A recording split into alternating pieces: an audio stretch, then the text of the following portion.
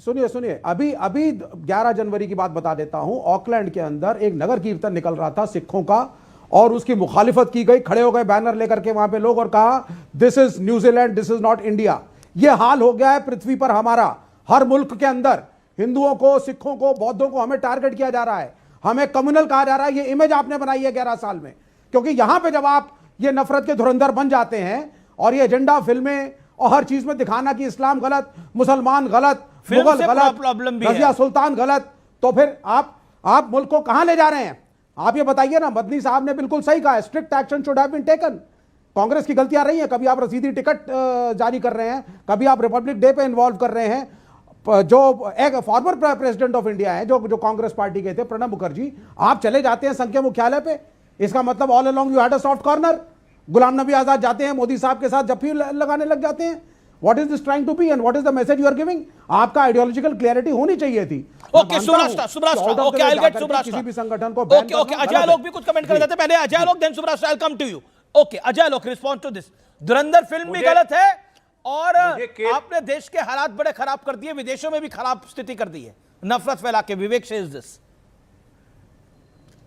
मुझे इन कम्युनिस्ट दोगलों को दिख रहा है, मुझे सामने केरल का चुनाव, इसीलिए कांग्रेस को भरपेट करके गाली दे रहे हैं। अभी केरल का चुनाव खत्म होना चाहिए, कांग्रेस इनकी माई बाप हो जाएगी। यही विवेक श्रीवास्तव थे ना जो कहते थे कि राहुल गांधी को देश का प्रधानमंत्री बनना चाहिए? यही थे ना जो कहते थे कांग्रेस अकेली पार्टी है जो देश को संभाल सकती है? आज कहते हैं कांग्रेस ने गलती किया। कांग्रेस नहीं कहेंगे, अभी केरल का चुनाव है, अभी नहीं कहेंगे। अभी करवा लीजिए कांग्रेस की तारीफ, अभी नहीं कहेंगे भाई, अभी केरल का चुनाव है ना, हम अभी नहीं कहेंगे। ये कांग्रेस इंडिया अलायंस को ये लोग देश को बेचने वाले लोग के रूप में लीड चीन कर के रही है। युद्ध के समय ये चीन का समर्थन करते हैं कांग्रेस को। उसमें ऐसे कांग्रेस के तलवे चाटेंगे और आज कांग्रेस के लिए बोल रहे हैं।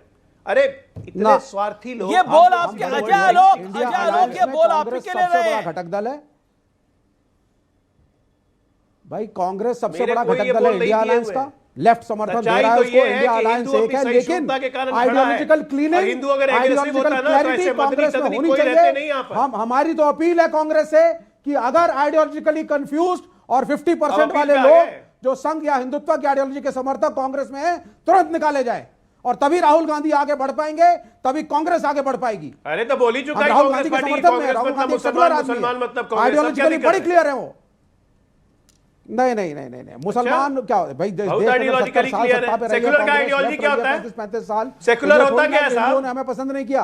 35 साल अगर हम बंगाल में रहे तो वहां के हिंदू विवेक बाबू सेकुलर क्या होता है? वोट कर रहे थे। या 10 साल मणिपुर में रहे, त्रिपुरा में रहे, केरल में रहे। सेकुलर का मतलब होता है धर्मनिरपेक्ष। अरे सेकुलर क्या होता है बताएंगे? स्पिरिचुअलिटी को व्यक्तिगत रखें। आपके और ईश्वर के बीच की यात्रा है। सड़क के ऊपर आप धर्म को 120 करोड़ हिंदू अपनी स्पिरिचुअलिटी को इंडिविजुअल नहीं रखेगा। कान खोल के सुन लीजिए, 120 करोड़ हिंदू पूरे विश्व में अपनी स्पिरिचुअलिटी को अब इंडिविजुअल नहीं रखेगा, प्रदर्शित करेगा।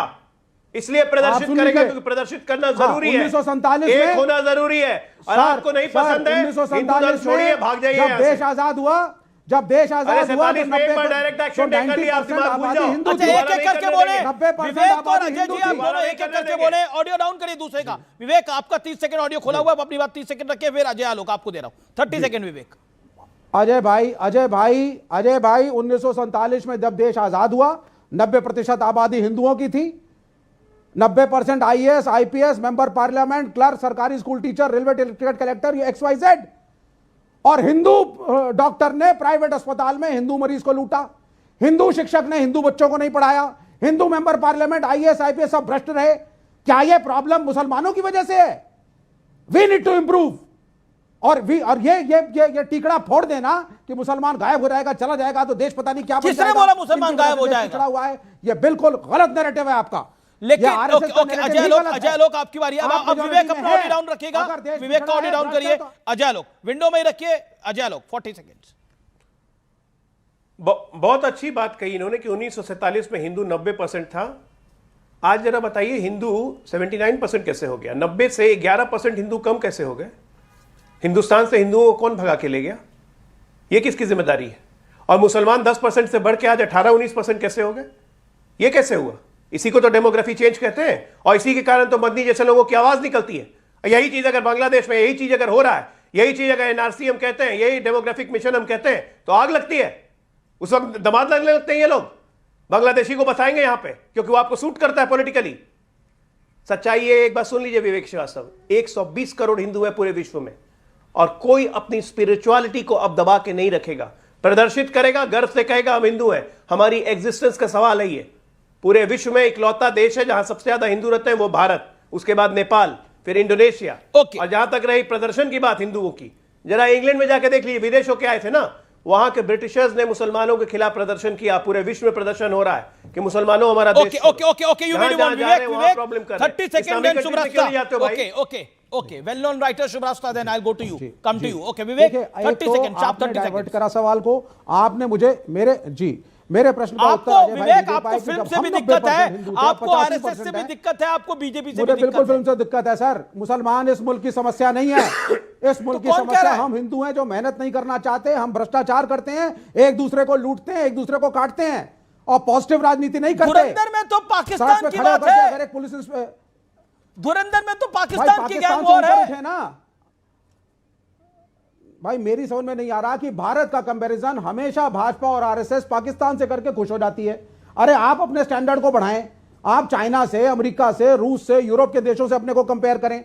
आपका स्पाई वहां पर पहुंच पाता साहब, आपका स्पाई पाकिस्तान जैसे कमजोर मुल्क में पहुंच जाता है। ओके शुभरास्ता ओके शुभरास्ता भी डिबेट में काफी दिनों बाद आई है, लेकिन विवेक तो बहुत दिनों बाद आएंगे। Okay Shubhrastha make your point.